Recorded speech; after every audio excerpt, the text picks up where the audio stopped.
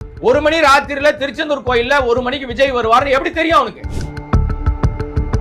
நான் ரொம்ப சந்தோஷப்பட்டேன் திருச்செந்தூர் கோயிலுக்கு இவர் போன உடனே. ஏன் சந்தோஷப்பட்டேன் தெரியுமா? கொடிமரத்தை தாண்டி மாற்று மதத்தினர் போக கூடாதுன்னு ஆகம விதி சொல்லுது. பூரா ஜோசியத்துல வீணா போன கேஸ் சார் இது. இதே ஜோசியர்கள் தான் 2021ல சொன்னாங்க ஸ்டாலினுக்கு கட்டம் சரியில்லை, முதல்வராக யோகம் இல்ல. அண்ணாமலை உள்ள வரும்போது அண்ணாடங்காட்சியா இருந்தாரு, 4 ஆடு வச்சிருந்தேன்னு சொன்னாரு. இன்னைக்கு அவரு 4000 கோடிக்கு அதிபதின்றாங்க. எனக்கு தெரிஞ்சு தேமுதிகல விஜய பிரபாகரனுக்கு வாய்ப்பு இருக்குன்னு நினைக்கிறேன் சார். மற்றபடி இந்த அம்மாவே ஜெயிப்பாங்களான்னு டவுட் தான். நம்ம காட்பாடி தொகுதியை பத்தி விடுமே சார். சார் ஆக்சுவலா நான் இந்த வாட்டி அவருக்கு சீட் கொடுக்க மாட்டாங்கன்னு நினைச்சேன். ஆனா இதுவரையும் எடுத்த கருத்து கணிப்பு பிரகாரம் எந்த தொகுதிகளில் போய் கேட்டாலும் பாத்தீங்கன்னா விஜய்க்கு தான் வாக்களிச்சிருக்கும் அப்படின்ற மாதிரி. யார் சொன்னாங்க? ஏதாவது ஒரு தொகுதி எடுத்துங்க. உதாரணத்துக்கு நம்ம பெரம்பூர் தொகுதி எடுத்துக்கலாம் சார். ஏன்னா அதுல விஜய் நிக்கிறார் இல்லையா? அந்த தொகுதியில மொத்த வாக்காளர்கள் எவ்வளவு சார்? கடந்த முறை ஆர்டி சேகர் கிட்டத்தட்ட 55,000 ஓட்டு லீடிங்ல ஜெயிச்சதாக புள்ளி வர சொல்லுது. ஆக மொத்தம் சோசியல் மீடியால வர எதையும் நம்பாதீங்க. 4ஆம் தேதி 11 மணிக்கு திரும்பி நம்ம சந்திக்கலாம். அப்போ உண்மை உங்களுக்கும் தெரியும், நாட்டு மக்களுக்கும் தெரியும்.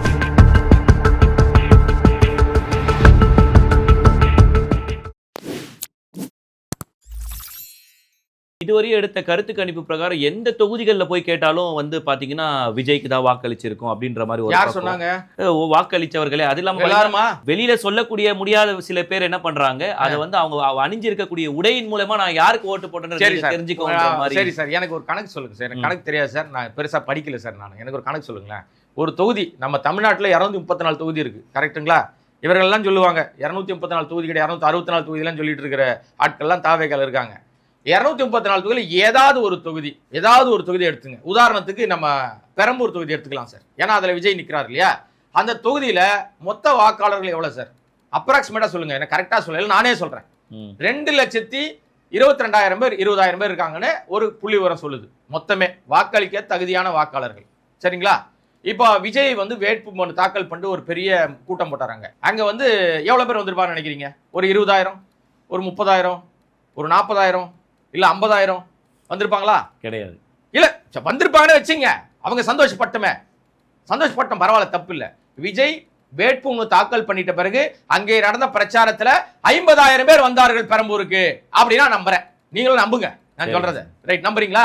50,000 பேர் அந்த தொகுதி ஆட்கள் இருக்க வாய்ப்பு இல்ல. அதை ஒத்துக்கிறீங்களா? எல்லாரும் ஒத்துப்பாங்க அதை. அப்ப அங்க இருந்து கிளம்பி போனவங்க குறைஞ்சபட்சம் எல்லா தொகுதியும் போய் சேர்ந்திருப்பாங்க. அப்ப அந்த தொகுதியில ஒரு 5,000 பேர் வந்திருப்பாங்க. நான் அதிகமா சொல்றேன், 2,20,000 பேர், குறைந்தபட்சம் 33-35% வாக்குகளை யார் வாங்குறாங்களோ அவங்க தான் ஜெயிக்க முடியும், எந்த தொகுதியா இருந்தாலும். அப்ப நீங்க குறைஞ்சபட்சம் 1,00,000 வாக்குகளை தாண்டணும் நீங்க வாங்கணும்னா. உங்களை வேடிக்கை பார்க்க 5,000 பேர்னு வச்சுங்க. அந்த தொகுதியை சேர்ந்தவர்கள், வாக்கு போட உரிமை உள்ளவர்கள், உங்களுக்கு வாக்கு போட போறவங்க 5,000 பேர். அவங்க இன்ஃப்ளூயன்ஸ் பண்ணி +1ன்னு கூட வச்சுங்க. 5,000 +1 இருந்தா கூட 10,000 பேர் வருவாங்க, 15,000 பேர் வருவாங்க. இல்ல 20,000 பேர் உங்களுக்கு வாக்கு போட்டா ஜெயிக்க முடியுமா? 30,000 ஜெயிக்க முடியுமா? 40,000 ஜெயிக்க முடியுமா?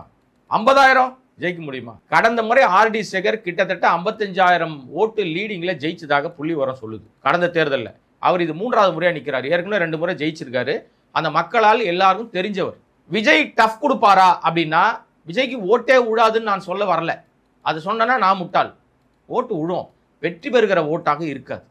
நீங்க பார்க்கிற கூட்டம் எல்லாம் திரட்டப்படுகிற கூட்டம். இதுக்கு இன்னொரு உதாரணம் சொல்லட்டுமா? நான் ஆரம்பத்தில் தான் சொல்லிட்டு இருக்கேன், யாரும் நம்பல.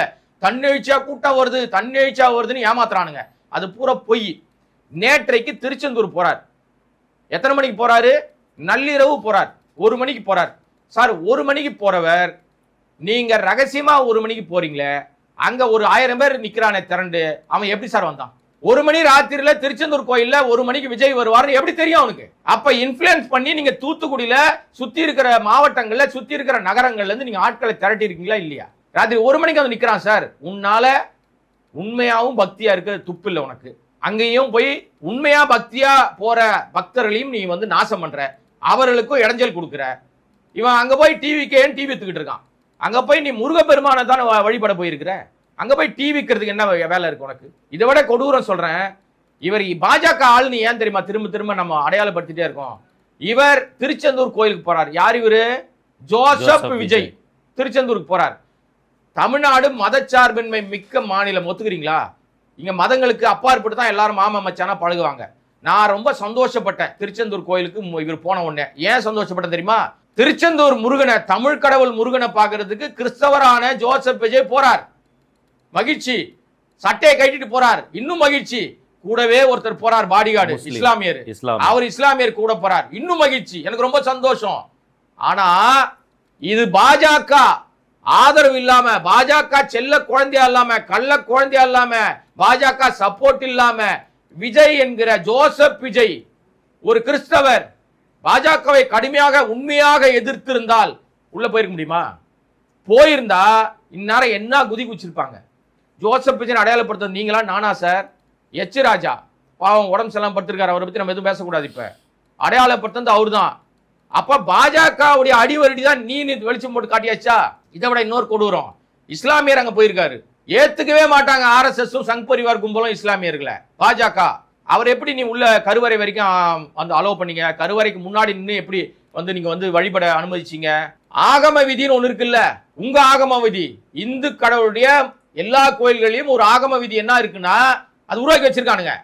நான் சொல்றேன்னா இல்லைன்னு சொல்லுங்க, நான் ஆதாரத்தோட சொல்லுவேன். கொடிமரத்தை தாண்டி மாற்று மதத்தினர் போகக்கூடாதுன்னு ஆகம விதி சொல்லுது. இல்லையா ஆமாவான்னு சொல்லுங்க. நீ கொடிமரத்தை தாண்டி நீ போனா டிக்ளரேஷன் கொடுக்கணும். ஆமா, இந்த கடவுள் மீது எனக்கு நம்பிக்கை இருக்கு, இந்த கடவுளை நான் வந்து வணங்குறேன், இந்த கடவுள் எனக்கு நன்மை செய்வரா நான் நம்புறேன், நான் மாற்று மதத்தில் நான் இருந்தாலும் இந்த கடவுளை நம்புகிறேன்னு டிக்ளரேஷன் கொடுத்தா நீ கொடிமரத்தை தாண்டி போய் நீ வந்து தரிசனம் பண்ண அனுமதி உண்டு. விஜய் டிக்ளரேஷன் கொடுத்திருக்காரா? காட்ட சொல்லுங்க சார். அப்ப பாஜகவுடைய கள்ள குழந்தைய எங்க ஒன்னா போலாம். நீ ஏன் திருச்செந்தூருக்கு இன்னைக்கு போன? எலெக்ஷனுக்கு முன்னாடி ஏன் போல? நீ டுபாக்கூர் தானே நீ. ஃப்ராடு பையத சிறுபான்மையர் வாக்குகள் பிரிஞ்சிரும். முட்டி போட்டியா ஏன் போட்ட போய்? உன்னை யாரு முட்டி போட சொன்னா? என்னைக்காவது கோயில் வாசலுக்கு போயிருக்காரு அவரு? நீ வேற தப்பா நினைக்காது. கோயில் வாசல் யார் இருப்பாங்க, நான் அவரை கணக்குல சேர்த்து நினைச்சிடாதீங்க. இது நான் பொறுப்பு கிடையாதுப்பா, கம்பெனியும் பொறுப்பு இல்ல. கோயில் வாசல் பக்கம் கூட போனதில்லை நீ. மழைக்கு கூட ஒதுங்காதுன்னு சொல்லுவாங்கல்ல, அந்த மாதிரி அந்த அர்த்தத்துல சொன்னேன் நான். வாசல்ல உட்காந்துருக்காங்க பாவம், அவங்க அண்ணாண்ட காட்சிகள். இவர் போனதே கிடையாது எந்த சர்ச்சுக்குள்ளயும். ஆனா இவர் கிறிஸ்தவர்னு சொல்லிப்பாரு. எப்படா சொல்லிப்பாருன்னா ஜோசப் விஜய் அடையாளப்படுத்துவாரு, ஆனா பாட்டு போடுவாரு உங்கள் விஜய் உங்கள் விஜய்னு. ஏன் உங்கள் ஜோசப் விஜய் பாட்டு போட வரலன்னு உனக்கு? அப்ப நீ டுபாகு, நீ ஏமாத்துற மக்களை. வந்து மோசடித்தனத்தால நடிக மனப்பான்மையில நடிச்சு அழுது ஆர்ப்பாட்டம் பண்ணி ஏமாத்துறதுக்கு முயற்சி எடுத்துற. அதுக்கான விளைவு தான் இந்த திருச்செந்தூர். இப்ப இன்னைக்கு சீரடி போயிருக்காரு. பூரா ஜோசியத்துல வீணா போன கேஸ் சார் இது. சார் அவருடைய ஆஸ்தான ஜோதிடர் வந்து 150 சீட்டுகள் வந்து விஜய் வந்து கைப்பற்றுவார்னு சொல்லி அந்த ஜோசியரை பத்தி இன்னொரு ஜோசியம் சொல்லட்டுமா? நானு இதே ஜோசியர் தான் சொன்னாரு, கமலஹாசன் ஸ்டாலினை விட பீட் பண்ணி முதலமைச்சராக உட்கார்கிற வல்லமை படைத்தவர்னு போன தேர்தலில் சொன்னவர் இதே ஜோசியர் தான். இப்போ எடுத்து பாருங்க, இதே ஜோசியர் தான் சொல்லியிருக்காரு. இதே ஜோசியர்கள் தான் 2021 சொன்னாங்க ஸ்டாலினுக்கு கட்டம் சரியில்லை, முதல்வராக யோகம் இல்லை. எத்தனை பேர் சொன்னாங்க? இன்னும் இருக்கு சார் இணையத்துல. கட்டம் சரியில்லைன்னு சொன்னவனை பார்த்து சொன்னாரு முத்துவேல் கருணாநிதி ஸ்டாலின் அப்படின்னு நிமிந்து பார்த்தாரா? கட்டம் சரியில்லைன்றதை தாண்டி ஜோசியத்தை எவன் நம்புறானோ, நான் ஜோசியர்களை நம்புவர்களை குறைத்து மதிப்பிடவே இல்லை சார். எனக்கு மதங்களுக்கு அப்பாற்பட்டு மனிதர்களை பார்க்கணும்னு நினைக்கிறேன் நான். சார் இதெல்லாம் ஒரு பக்கம் இருக்கட்டும் சார், இதெல்லாம் கடந்து வந்த காலங்களில் முடிஞ்ச கதைகள் சார். இப்போ நடக்கக்கூடிய காலம், வரக்கூடிய தேர்தலுடைய முடிவுகள் எப்படி இருக்க போகுது? எந்த கட்சி மீண்டும் ஆட்சி அமைக்க போகுது? சார் எனக்கு தெரிஞ்ச வகையில் நான் பார்த்த அரசியல் படி, நான் பார்த்த தேர்தலுடைய கணிப்புகளின்படி இந்த தேர்தலில் வந்து ஆளும் கட்சியாக இருந்த திமுக மீது பெரிய குற்றச்சாட்டுகளோ பெரிய அதிருப்தியோ மக்கள்கிட்ட இல்லை. அங்கொன்று இங்கொன்றுமா சின்ன சின்னதாக இருந்திருக்கலாம். போலீஸ் நடவடிக்கை தப்பாக இருந்திருக்கலாம், சில நேரங்களில் வந்து கற்பழிப்புகள் சில விஷயங்களை வந்து ஊதி பெரிதாக்கி இருக்கலாம். அது பெரிய அலையாக மாறி ஸ்டாலினுக்கு எதிரான அலையாக மாறவே இல்லை. இப்போ ஜெயலலிதாவுக்கு இப்போ மோடி அலைன்னு ஒரு அலை வந்து அப்படி ஒரு அலையே கிடையாதுங்க. ஆனால் உருவாக்குனாங்க இல்லையா, கற்பனையாக உருவாக்கி 2014 1,70,000 கோடி எத்தனை சைபர்னு கணக்கு தெரியாம ஏமாத்தி அன்னைக்கு உட்கார்ந்தாருல மோடி, இன்னைக்கு வரைக்கும் அவரை நம்மளால அகற்றவே முடியல. தேர்தல் கமிஷன் தில்லுமுல்கள் பூரா சொல்லிக்கிட்டே இருக்கார் ராகுல், ஆனா நடவடிக்கை இல்லை. அதே மாதிரி விஜய் மிகப்பெரிய பிம்பமாக கட்டமைக்கப்படுகிறார். அவர் ஒரு நீர்க்குமிழி. மழை காலத்துல நீர்க்குமிழி பார்த்திருக்கீங்களா? அடுத்த துளி ஊந்து அது காணா போயிடும். அந்த மாதிரி ஒரு நீர்க்குமிழி தான் விஜய். ஆனால் அவரை எப்படி கட்டமைக்கிறாங்கன்னா இவர்தான் தமிழ்நாட்டை காப்பாற்ற வந்த ஆபத்து பாந்தவன். யார் அப்படி கட்டமைக்கிறாங்க? விஜய் ஆட்களும் பாஜகவும் தான். விஜய் ஆட்கள் காசு கொடுத்து விஜய் சார் விஜய் படங்கள் சார் சரி வேணாம் உங்களுக்கு இன்னும் புரியுற மாதிரி இல்ல சார் இல்ல இந்த கேள்வி கூட இல்ல நான் புரிய வச்சாதான் ஆடியன்ஸ்க்கு புரியும். நான் பாதியில விட்ட மாதிரி ஆயிடும். சொல்லுங்க. யார் கட்டமைக்கிறாங்கன்றீங்கல்ல, அரசியலை விட்டுருங்க சார், ஓரமா வைங்க சார். 69 படங்கள் விஜய் நடிச்சிருக்காரு சார்.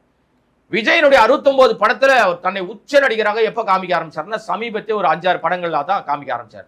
அவர் உச்ச நடிகராக போயிருந்தால் இன்றைக்கு அவரை வைத்து படம் எடுத்த எல்லா தயாரிப்பாளரும் பெரிய உச்சத்துல இருப்பான். ஆமாவா இல்லையா? ஆமா. பல தயாரிப்பாளர் இல்லாம காணா போயிட்டாங்க, சினிமாவை விட்டே போயிட்டாங்க, நஷ்டமாய் தெருவில் இருக்காங்க. எக்ஸாம்பிள் ஒன்னே ஒன்னு சொல்றேன். மெர்சல்னு ஒரு படம் வந்தது. எனக்கு மிக மரியாதை மிக்க மனிதராக ரொம்ப நட்பாக பாராட்டி பழகினவர் ராமநாராயணன். அவருடைய பையன் முரளி ராமசாமி. அவங்க அப்பா ராமநாராயணன் லட்சங்கள் செலவு பண்ணி கோடிகளை சம்பாதித்தவர். புள்ள முரளி வந்த உடனே அப்பாவுக்கு காலத்துக்கு பிறகு முரளி வந்து படம் எடுக்க வந்தார். கோடிகளை செலவழித்தார், லட்சங்களை கூட எடுக்க முடியவில்லை. இன்னைக்கு கடன்காரனா இருக்கார். இருக்கிற வீடு கடன்ல இருக்கு. இவர் தயாரிப்பாளர். அந்த படத்துல தான் விஜய்க்கு 3 இலக்கத்துல சம்பளம் பிக்ஸ் பண்ணப்பட்டதாக வரலாறு. அப்ப தயாரிப்பாளர்களே காப்பாற்ற தெரியாத தாண்டொடித்தனமான சொகுசு வாழ்க்கையை நம்பி இருக்கிற விஜய் கட்டமைக்கப்படுகிறார்னா மட்டும் யாரும் ஒத்துக்க மாட்டீங்க. எப்படி அது? நீங்க மக்களா உங்களை வந்து தூக்கி உட்கார வச்சா எம்ஜிஆர் உட்கார வச்சாங்க சார். எம்ஜிஆர் கடைசி வரை கொடுத்து கொடுத்து சிவந்த கரங்கள், வாரி வாரி வழங்கிய வள்ளல், மாற்றமே இல்ல. 5 பைசா எடுத்து ஈரக்கையால கூட காக்கா ஓட்டாதவர், ஈரக்கையால உதற கூட மாட்டார், தண்ணி கூட வெளியே சதறிடும். அப்பேற்பட்ட மகா கஞ்ச பிரபு தான் விஜய். எத்தனை பேருக்கு அது தெரியும்? இல்ல சார், இப்போ நீங்க கொஞ்ச நேரத்துக்கு முன்னாடி சொன்னீங்க பிஜேபியும் இவருடைய ரசிகர்களும் சேர்ந்து உருவாக்கப்பட்ட ஒரு பிம்பம் தான். அப்படி பார்த்தீங்கன்னா பிஜேபியால உருவாக்கப்பட்ட ஒரு பெரிய பிரம்மாண்ட பிம்பமா அண்ணாமலை பார்க்கப்பட்டாரு சார் போன தேர்தல் அப்போ. சார் பிஜேபியோட அந்த சூட்சம், அரசியல் சூட்சம் தெரியாம இருக்கீங்க சார் நீங்க. பிஜேபி தான் சார்ந்தவர்கள், தனக்கு வேண்டியவர்கள் அப்படின்னு ஒரு கேட்டகரி வச்சிருக்கோம். ஏபிசின்னு வச்சிருக்க மாதிரி தான் பயன்படுத்துகிறவர்கள் ஒரு கேட்டகரி வச்சிருக்கோம். ரெண்டுக்கும் டிஃபரன்ஸ் உண்டு சார். தான் சார்ந்தவர்கள் யாருன்னா எந்த தேர்தலிலுமே நிக்காம, மக்கள்கிட்ட ஓட்டே கேட்காம, வெயில்ல போய் பிரச்சாரம் பண்ணாம, ஏசி ரூம்லயே உட்கார்ந்து ராஜ்யசபா எம்பி ஆகி, பின்வாசல் வழியா நிதியமைச்சராகி, பின்வாசல் வழியா பாதுகாப்பு அமைச்சராகி அப்படின்னு பேசுகிற எங்க மரியாதைக்குரிய சகோதரி சொல்லலாம். ஏன்னா எனக்கு 50 தாண்டிட்டேன் நான். சகோதரி நிர்மலா சீதாராமன் மாதிரி பின்வாசல் வழியா ஆட்சியை பிடிச்சி அதிகாரத்தை பிடிச்சி பதவியில உட்கார்ந்துகிட்டு இருக்கிறவர்கள் அவர்களுக்கு வேண்டியவர்கள். இவர்களால் பயன்படுத்துகிறவர்கள் நம்ம அண்ணாமலை மாதிரி விட்டில் பூச்சி அண்ணாமலை. அண்ணாமலை உள்ள வரும்போது என்னவா வந்தார்? அவர் தான் இந்த தமிழ்நாட்டை காப்பாற்ற போற ஒரு மாதிரி அவர் ஒரு பிம்பத்தை கட்டமைச்சாங்க. எங்க திரும்பினாலும் அண்ணாமலை நாங்களா. இன்னைக்கு ஏன் சார் அண்ணாமலை தூக்கி போட்டாங்க? அவர் சொல்ல வந்தது, அவர் செய்ய வந்தது, செய்ய நினைத்தது, செய்ய வைத்தது பாஜக. அவரால் என்னென்ன இடங்கள்ல பேர் வாங்கிட்டாங்களோ அதெல்லாம் வாங்கிட்டாங்க. அதுக்கப்புறம் அவர் தூக்கி போட்டாங்க.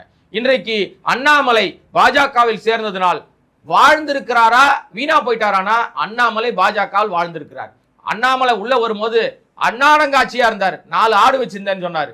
இன்னைக்கு அவரு 4000 கோடிக்கு அதிபதின்றாங்க. எவ்வளவு உண்மைன்னு எனக்கு தெரியாது சார். அவங்க மனைவி பேர்ல பெங்களூர்ல ஏகப்பட்ட கம்பெனி இருக்குன்றாங்க. இவரே 80 கோடியில நிலம் வாங்கினாரு. டாக்குமெண்ட்லாம் வெளியில வந்துச்சு. 100 நாள் வேலை நிறுத்தம் பார்த்திருக்கோம், 100 நாள் வேலை திட்டம் பார்த்திருக்கிறோம், 100 நாள் பயண திட்டத்துல கோடி கோடியா கொள்ளடிச்சதை பார்த்திருக்கீங்களா? அது எங்க அண்ணன் அண்ணாமலை தான்.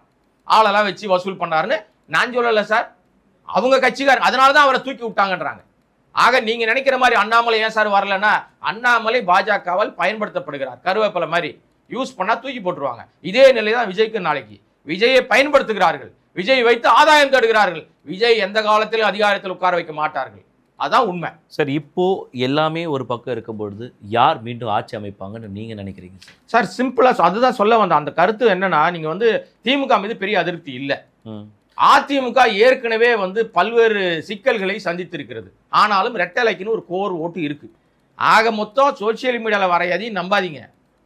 4ஆம் தேதி 11 மணிக்கு திரும்பி நம்ம சந்திக்கலாம். அப்போ உண்மை உங்களுக்கும் தெரியும், நாட்டு மக்களுக்கும் தெரியும். கூட்டணியில் இருக்கக்கூடிய தேமுதிகவுடைய நிலவரம் என்னமா இருக்கு சார்? எனக்கு தெரிஞ்சு தேமுதிகல வந்து விஜய பிரபாகரனுக்கு வாய்ப்பு இருக்குன்னு நினைக்கிறேன் சார். நான் மற்றபடி இந்த அம்மாவே ஜெயிப்பாங்களான்னு டவுட் தான், பிரேமலதாவே ஜெயிப்பாங்களான்னு டவுட் தான். ஏன் நான் அந்த டவுட்டா சொல்றேன்னா, அவங்க கடைசி வரைக்கும் மக்களை ஏமாத்திட்டே இருந்தாங்க. நீங்க தீர்மானமா ஒரு முடிவு எடுக்கணும் சார். விஜயகாந்த் மாதிரி நான் ஒண்ணு இந்த பக்கம் போவேன், இல்லை இந்த பக்கம் போவேன், இல்லை நடுவில் தனியா நிற்பேன் நான் அப்படின்னு முடிவு எடுக்கணும்.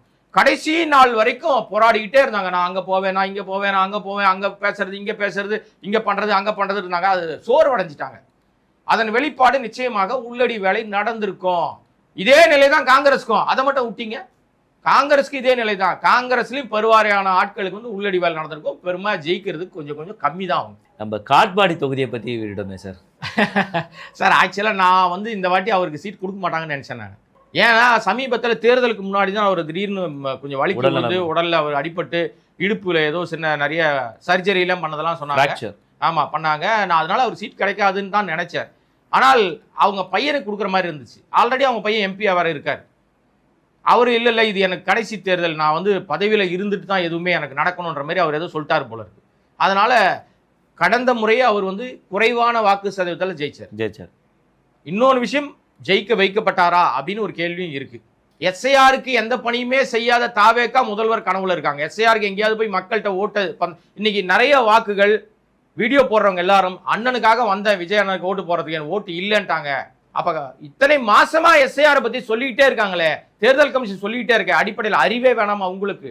உங்க கட்சிக்காரன் உனக்கு ஓட்டு வரும் தெரியுது இல்ல, அவனுக்கு அந்த வாக்கு அவனுக்கு இருக்கா இல்லையான்னு செக் பண்ணி சேர்த்து விடுறதுக்கு ஏதாவது ஒரு முயற்சி எடுத்தாரா தாவேக்கா? செய்யல. எந்த நடவடிக்கை எடுக்கல.